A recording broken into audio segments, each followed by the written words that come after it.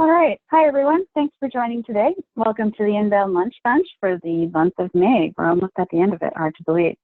So today what we'll be talking about is digital advertising for membership growth, and a topic that you've no doubt heard about in the past, as we've done a lot of articles and discussions around it. So my name is Manisha Mangus. For those of you who don't know me from previous presentations, I'm the Director of Consulting here at HighRoad. My background is in digital marketing. I've been working with associations for quite a bit of time now, working on their lead gen programs, as well as website strategy and other activities in the world of digital marketing. So I'm excited to talk to you about this particular topic. We've been doing a lot recently kind of in this world, so I'm happy to talk about this. I have multiple ways for you to connect with me over Twitter, LinkedIn, or you can reach out to us with email if you're interested. A couple of housekeeping items before we go ahead and get started. One, for those of you who are repeat attendees for our program, you'll know that we have a number of resources available for you. Right, so last year's full sessions are available on demand, as well as a number of toolkits. So if you haven't subscribed to our Toolkit of the Month program, strongly suggest that you do. Those in particular are useful for marketing practitioners. Right. What I really like about those, again, is that, we often don't have a lot of time to create something from scratch. What I like about these toolkits is that you can take at least some element of what's out there and use it right away. Highly encourage you to take a look at those. So far, I haven't experienced any problems with Zoom lately, but if I suddenly seem to drop off the call, just hang tight. I will dial back in. And then lastly, if you have any questions, please feel free to post them in the chat window. I'll either try to answer them midstream, or I'll take the questions at the end of the presentation. All right. So what I always like to do, this is Inbound Lunch Bunch, right? So maybe you're taking a lunch a little bit later in the day on this Friday, but I always like to start with a refresher on what inbound marketing is, right? So remember, the inbound methodology is actually, it's used inbound, the term inbound is actually used quite a bit interchangeably amongst many vendors, but really the inbound methodology started from HubSpot. So HubSpot is an organization that, very wisely took a look at like all these different methodologies and all these different strategies and overlaid them on top of each other to create a methodology called inbound. Right, so what it's doing is it's really kind of combining digital marketing on top of content marketing strategy, as well as other strategies to have a methodology that you can follow along. Right, so the idea in this entire methodology is that you've got your core pillars, and the idea here is that what you're trying to do is you're trying to attract people who are strangers, and you move them down what we call the funnel so that they become advocates eventually. Right, so how you do that and how you move along the funnel kind of connects you from pillar to pillar. You start with attracting, then you do connections, then you do move into engagement, and lastly you move into kind of delighting your advocate, right? So from this perspective, the whole methodology is couched around what do we do, or how do we move people such who are strangers, and what activities can we do with them so that we can convert them into visitors, and then subsequently into leads, lastly into customers who've converted, and then advocates who are now singing our praises kind of out there in the world. All right, so this is the entire methodology is about that. All right, so our topic today is about digital advertising for membership growth. Right, so what we're really trying to do is we're trying to hit on those strangers, visitors, and leads. Right, we are kind of, as a collective group, really interested in figuring out like what can we do to attract these strangers, to connect with them, so that they're no longer unknown to us, right? They are known in some capacity, so they are a visitor. And then how do we take that visitor and connect with them so that they turn into a lead so that we can further convert them, right? So we're really kind of thinking about, from that perspective, what are those activities? So what I like in this methodology is then what it starts to do is it really starts to overlay and say, here are all the activities that you've got at your disposal, some of them are your digital vehicles, some of them are your tools, your platforms. Here are all the pieces that you've got, and you can put them into each component and kind of move them along, right? So if you've got a blog, you can use that to essentially capture information about strangers and then see if you have something worthy enough for them to come back and become a repeat visitor. right? So what are you doing in terms of the world, in terms of blogging? What are you doing in terms of social media? What do you have going on with the keywords that you're using in search engine optimization? What kind of website pages do you have there? And then moving forward, like, are you doing the right things, right? Do you have landing pages that have the appropriate offers? So that if somebody is interested in what, let's say they've already read something on your blog, now they're interested in learning more, do you have the mechanisms in place in order to capture that information so that you in turn can interpret it and then move them down further down the funnel? All right, so that's kind of the inbound methodology, and that's what we'll be covering today, kind of this front funnel aspect of that methodology. Another thing that I like to kind of put in here and have people, I like to talk this through, mostly because it's something that's relevant for everyone, right? And this has to do with our marketing, what you'll hear is a marketing technology stack, or MarTech stack for short. This is like a MarTech stack is taking an assessment of what properties do you own inside of your ecosystem, right? So what systems do you have available to you? Some of them are kind of the basics, so it's a content management system, you have an association management system, what other technology or platforms are you using in any capacity, right? We don't think about it from how are they connected, don't worry about that. It's just more, what do you have from a technology point of view at your disposal as a marketer, right? And, usually our core marketers, they're never almost always interconnected, right? You probably have to do a lot of heavy lifting or manual stuff to extract a list, import it, do something with it, put it into another system. That's fine. But what we want to do and kind of point out here is that traditionally when you used to, in the past, draw out these MarTech stacks, it started with kind of the platforms in the middle, right? The platform, like the CMS was sitting in the middle, then you've got your website connected, then you've got your LMS, you've got all these like pieces all fitting in together, right? What's changed in this model is that we know that in today's day and age, it's all about the user. And that's why this little happy person is in the center, because they are, in fact, the ones that are driving the interactions with your MarTech stack.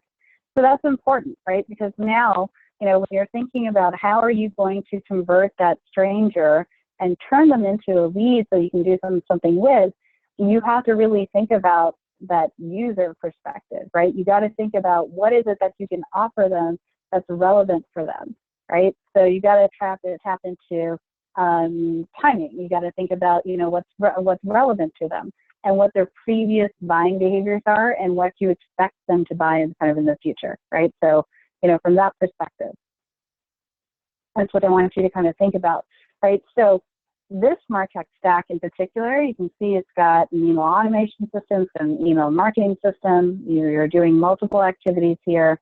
You're probably talking about renewals, you're sending the communications, right? You've got all these pieces in here, and this is a kind of a classic MarTech stack for retention, right? This is standard, pretty much communications. Member communications is kind of inside of this MarTech stack.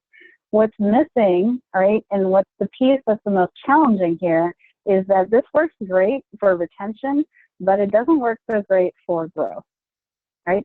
So from a growth perspective, everything works well, but there's no way to break in here, right? Because a fundamental problem is, fundamental challenge when you're trying to grow is that you have to go and find people that you don't know, right? So it's kind of a catch-22. How are you going to reach out to these people if you don't know them? And then if you don't know them, how are you going to reach out to them, right? So it's the same flip of the coin, right? So what you really want to think about here is a different MarTech stack. And the different MarTech stack for growth or for recruitment, right, is the piece that actually drives or collects that information and then plugs that back into your regular MarTech stack, right? So the piece that was missing from the slide before is this section, which is the lead gen section, right? So now you've got your landing pages with your forms, and that's kind of the classic inbound methodology approach, where you've got an offer, you have a compelling offer that's really good, it's sitting on a landing page, and you've got a form that corresponds to that captures some basic information, and then you allow the person to submit that information so that they can get what they want, and you get what you want in the form of you get some sort of information that you can take and work with later, right? So this is the piece that you need to get that growth pipeline growing, right? It's very difficult. So we know kind of in today's world that email is still heavily used email marketing is still a tactic used by most digital marketers in the association world today. That's not going to really change over time, although maybe the percentage of it will whittle down because it's added to a more diverse portfolio. But we certainly know that in order to email someone, we need their email address. But if they're new and unknown to us, we don't have their email address. And that's a conundrum that most marketers will face today.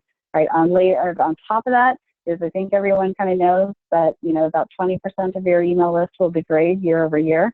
Right? So if you're starting with 100 emails, right, 20 of them will go bad for next year, and then you'll be starting with a smaller universe of 80 emails.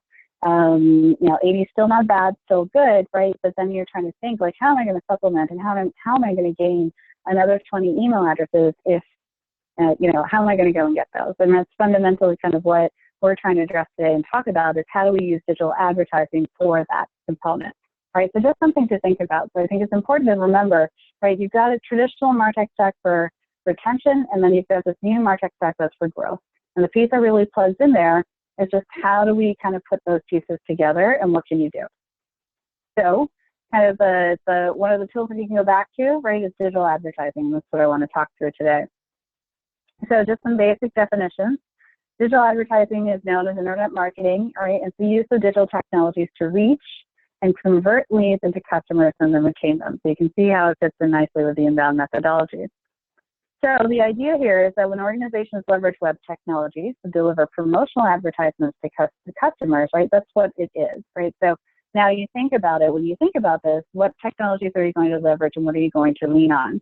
Social media, email, search engines, banner ads, mobile sites, websites, right? So these are all kind of your technologies or your channels that you can reach into to do some sort of advertising, right? That's beyond kind of the traditional organic approach. And that's really kind of the difference now of how to do a particular set of things. So why do we use digital advertising, right? It's really because we need to generate leads. We need to grow, right? So how do we do that? So again, going back to that inbound methodology approach, we really need a good offer, right? So you need a compelling call to action. You need a way to digitally connect all of your properties to work together in tandem. So what that means is that you want to run what we call IMCs, or integrated marketing campaigns, right? You really kind of want to take that approach of, if we are going to have a landing page out there, are we in a position to make sure that our landing page offer is communicated to the right people? Therefore, are we promoting it appropriately on social? What other digital avenues do you have out there? Do you have pop-ups or modals on your other digital properties? Are you doing co-marketing with other partners or entities? You really want to be in a position where your consistent message is sitting out there. On top of that, because it's a landing page, you want to hit kind of the basics, right? The landing page is a website page.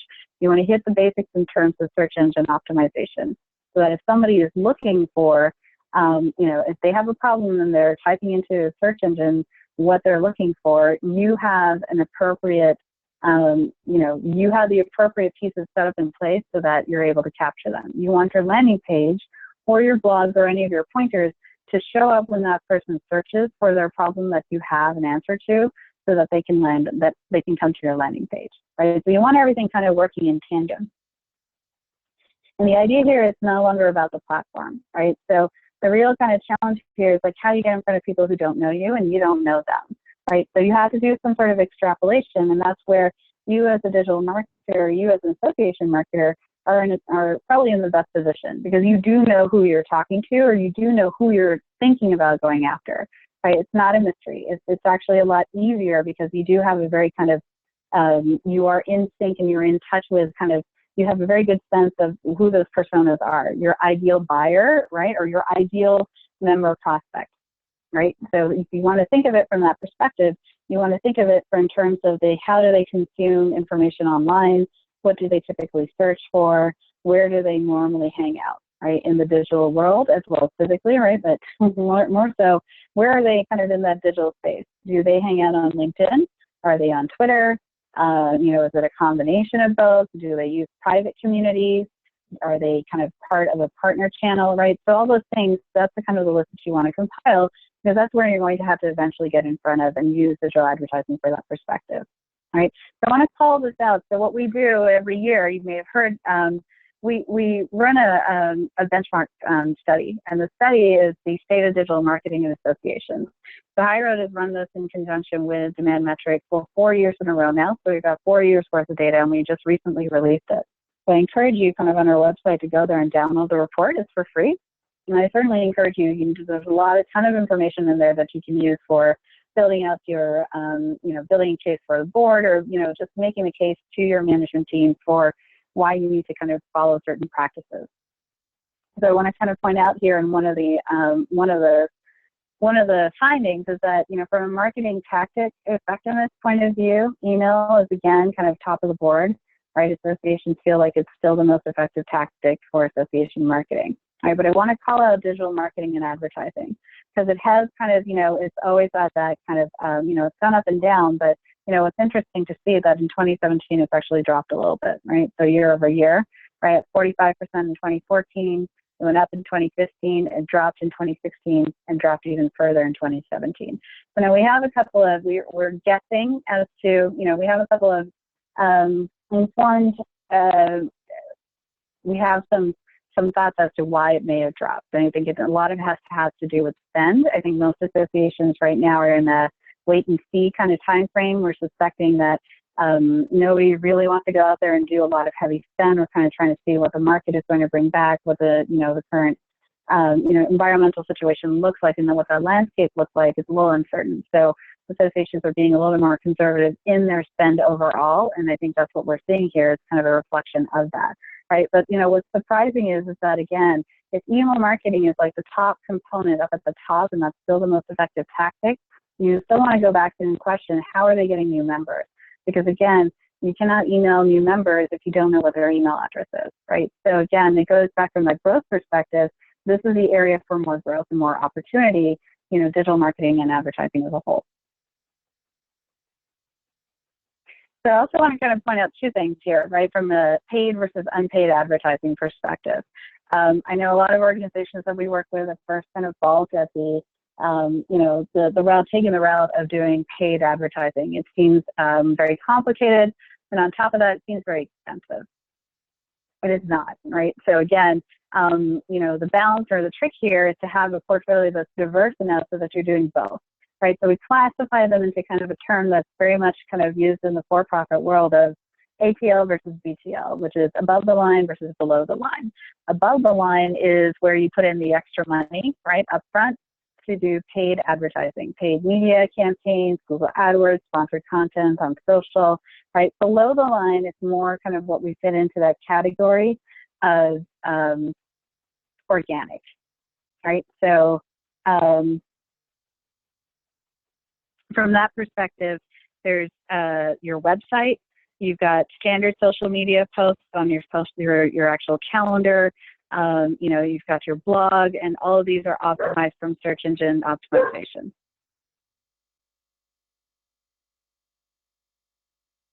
So the idea here is that you want to amplify, right, your message. You want to accelerate and expand your reach. And the idea, that's how you're going to do it. Because if you do just below the line activities, it will take more time for you to collect or get those, right? Get those prospects in the door.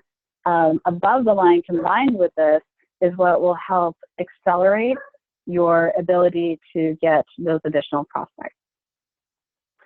So what's out there, right? So we want to think about kind of what options do you have available to you. So you've got social, right? So you have the ability to do advertising on social through LinkedIn, Twitter, Facebook.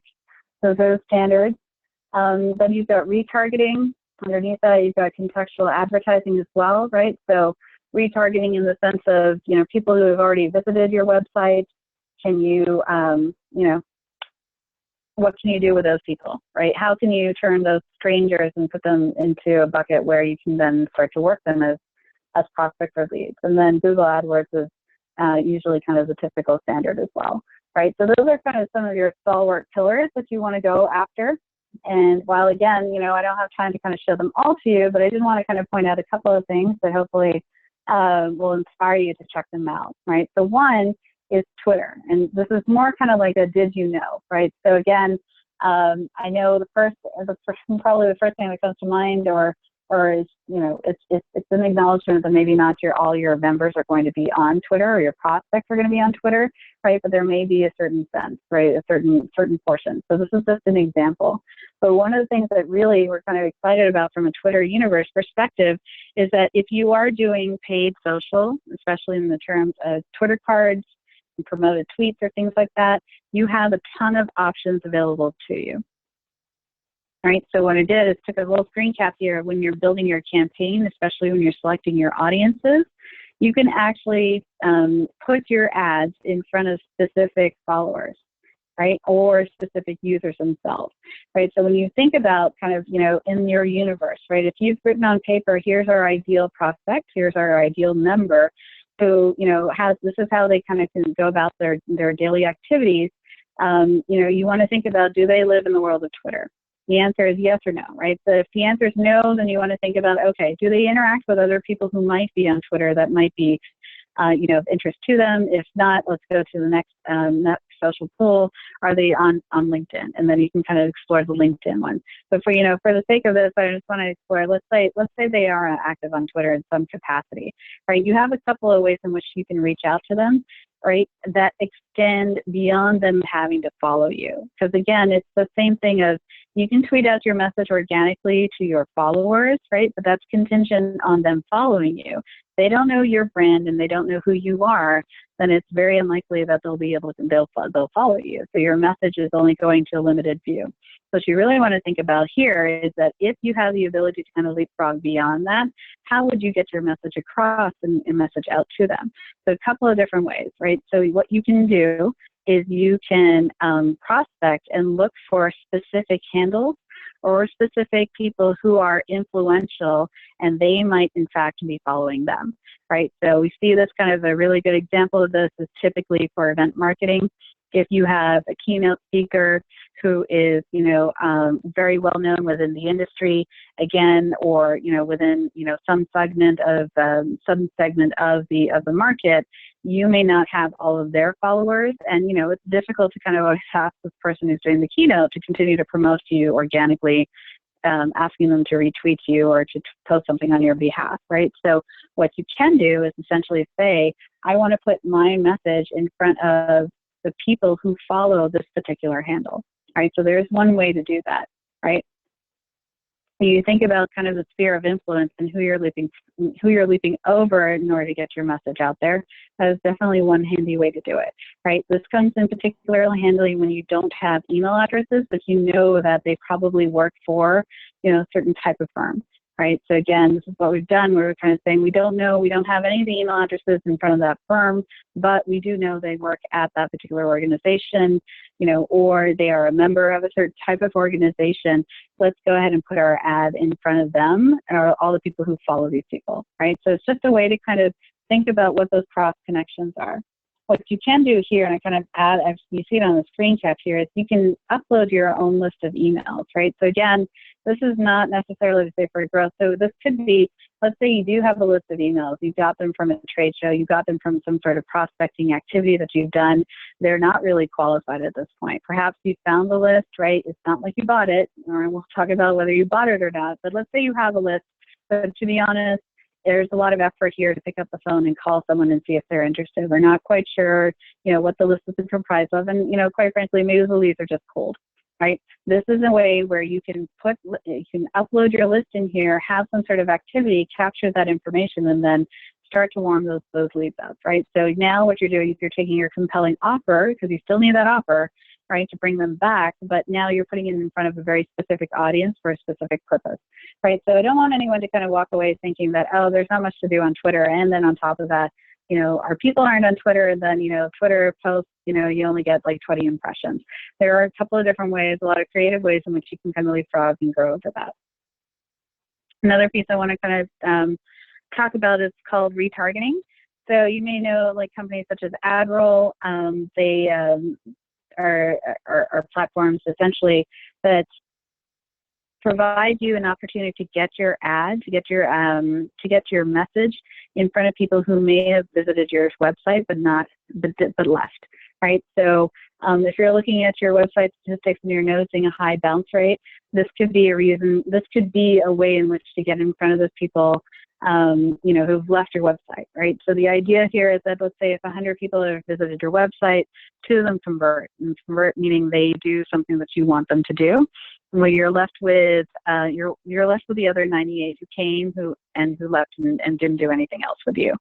The idea here is that while your brand is still relatively fresh in their mind, as they're going throughout their other, you know, internet experience, browsing experience, your ad shows up kind of in a display network, right? So the idea here is that they come, they visit your website, the cookie is dropped on their browser.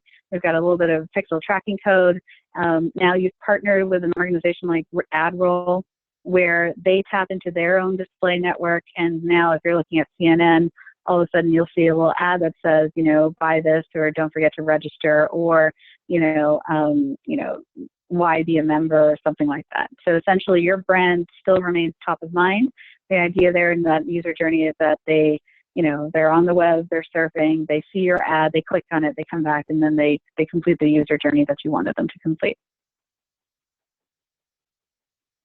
So like I said, the reason you want to include retargeting as part of your above-the-line spend and portfolio is that it helps to increase conversion, right? But it doesn't drive prospects to your site, and that's why you wouldn't do just that alone, right? The idea here is it works better as part of a larger digital solution, right? So it's in conjunction with activities where you're doing inbound and outbound, but the whole piece is combined. But it is something that you want to do because it closes the loop. Again, in particular, it's particularly relevant when, you know, if you've got a high bounce rate, that's when you might want to consider that. The other side is contextual advertising, another opportunity for you to explore, right? And what we have is we have an application called Intelligent Contextual Email. It's our ICE application. And essentially it's a dynamic email that's put together that is predicated on user interest, right? So person has given you their user interest, and now you're showing up personalized, tailored information based on what they said they were interested in viewing.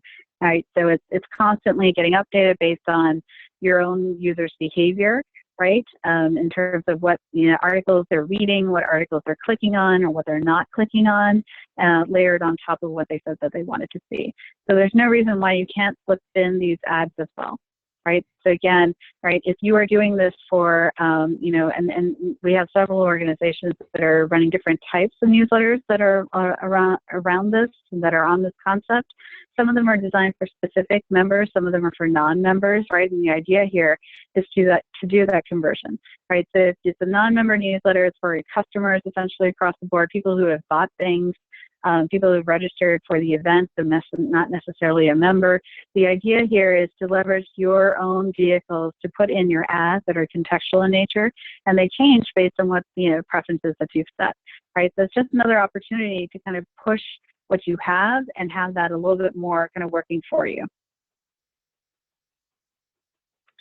And I think the last one that I want to cover here is Google AdWords, right? So at bare minimum, you should all be doing something with Google AdWords. You know, again, you can be the superstar and go super cheap into it, but you know, I would hope that everyone's using Google Analytics in some capacity to read their stats, right? Their website analytics. Google AdWords is like the next step up. So you should be doing search engine optimization. And in conjunction with that, you really want to think about how do you put the two together. If you've already decided and if you've already have a keyword strategy, then by kind of natural extension, you should be exploring Google AdWords as well. There's stuff in there that kind of ties together with YouTube, right? So if you have a YouTube channel, that's integrated together here, where you can set up a campaign where your specific videos will show up based on the settings and parameters that you've chosen, right? So it's connected in here inside of Google AdWords. You can add to it. But the point here is, again, what you're trying to do is you're trying to leverage your organic efforts, and you're trying to expand those so that you're able to tap into those and offer additional opportunities. Right, so if you've already got, as I said, if you've got a website, you've got your primary keywords, you've got some search engine optimization efforts going, you should continue with that and take a look and see where your ranked keywords are. right? Again, is particularly relevant because in the world of inbound, if you've got things such as blogs, you've got articles, you've got landing pages, all of these should be optimized. You need people to be able to find them. So obviously, organic searches will be helpful, but you do want to optimize and see if you can also help that along by using paid advertising as well.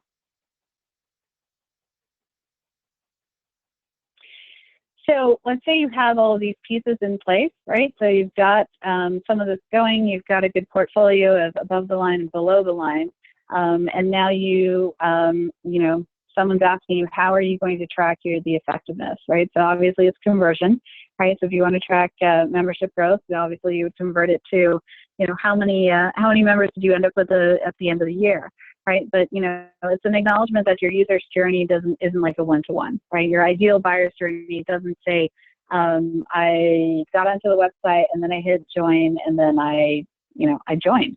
Right, so it may not necessarily be the case. It may not be a straight, streamlined, simple, linear path. It may be a couple of variations, right? And this is kind of where you use different platforms such as marketing automation. You use other email automation tools. You use all of those platforms to be able to track that journey, right? But overall, what you want to do is you want to make sure that you have some set of metrics that are measuring your activities, right? So obviously, you know, for the spend that you put in on digital advertising, you want to see what is coming out of that. So another report, piece of research that came out of the state of digital marketing, the benchmark survey talks about, you know, here are all the different metrics that are used to evaluate the campaigns. Right. So again, what this is really showing us is that most of the frequently used metrics are still related to email campaigns and web visits. It's neither good nor bad. It's just kind of that is what it is, right? But what's interesting here is that conversions is growing, right? So it's finally kind of an acknowledgement to say that, you know, the number of page views and the number of times somebody you know, the open rates, right? So while those are kind of what we call like the vanity metrics, right? Those are just kind of saying here are how many eyeballs have been on it. It doesn't tell you whether the message registered, right? It doesn't tell you how effective you were on getting the word out or what path they took. So click-through rates is like, again, one more step down that funnel. But again, somebody could click on something, looked at it and left and not really, you know, you still don't know, are you still top of mind to them? Did they decide they were going to check you out later? You don't have that, right? You don't have that direct correlation.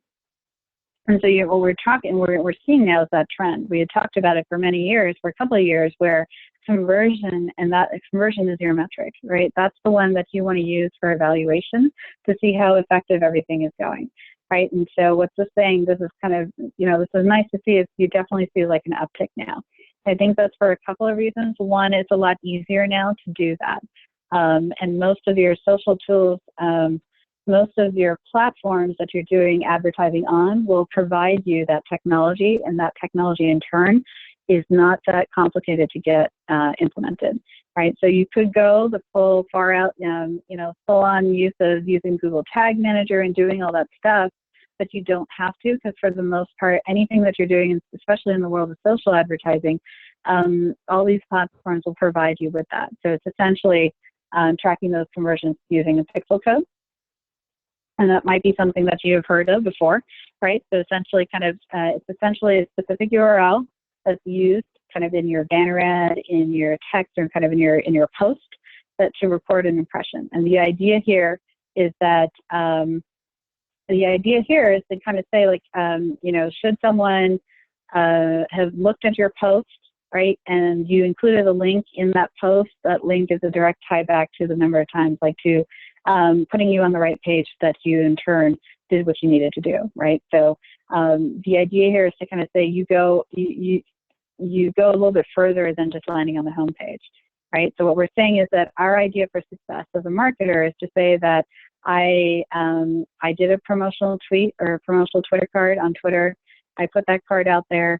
I had a link on there. The link was to join and become a member. I'm going to say a success, right? Conversion is that not that they hit the join button, but that I got them to read through why they should join, because that was my compelling piece of information that I put out there from an inbound perspective, that the next natural step would be for them to convert, right? And so you kind of want to, so you could tie it to the actual join application form. You could tie it to just that item just before that, because, you know, then you can make that differentiation as to, you know, whether they dropped off, right? So there are a couple of things like that. But pixel codes are now available through LinkedIn. You know, if you poke around kind of in the advertising section, you'll always find them for LinkedIn, Facebook, Twitter. AdWords has them as well, right? So again, you know, if you are thinking about exploring this, don't forget that piece. Otherwise, you're forced to kind of do that correlation where you're kind of speculating to say that, okay, I did a paid run, look at the number of website visits on this particular page are up, and therefore, you know, it worked, right? But you still can't quite infer, like, how many individuals did you get, right? Because the idea here is you want to get to as much qualified, the number of people who actually clicked on the link and who they are, and then what you can do with them. All right. So hopefully that was helpful for everyone. So again, kind of takeaway messages here are that, you know, you need to do a little spend on digital advertising because it's the only way to get in front of people who don't know your brand or what your association has to offer, right? The idea here is that it amplifies your below-the-line activities, which are more kind of the organic website optimization, your search engine optimization, all the things that you typically do as part of your marketing tactics. The idea here is that they amplify them and they accelerate you being able to get in front of people that may not necessarily have known who you are, right? So you get those leads much more quickly than would you do at the traditional and rely on just, you know, someone coming in and searching for something, right? So you're getting in front of a larger audience, and it is a little bit of a numbers game, right? The larger audience that you get in front of, the more likelihood you're going to find the people who do want to convert and join your association, right? So, you know, those are the takeaways I would say there. If you guys have any questions, please go ahead and post them into the chat window. Other than that, have a great rest of the day. I'll leave the line open, and if anyone has anything, certainly please feel free to put it in the chat window.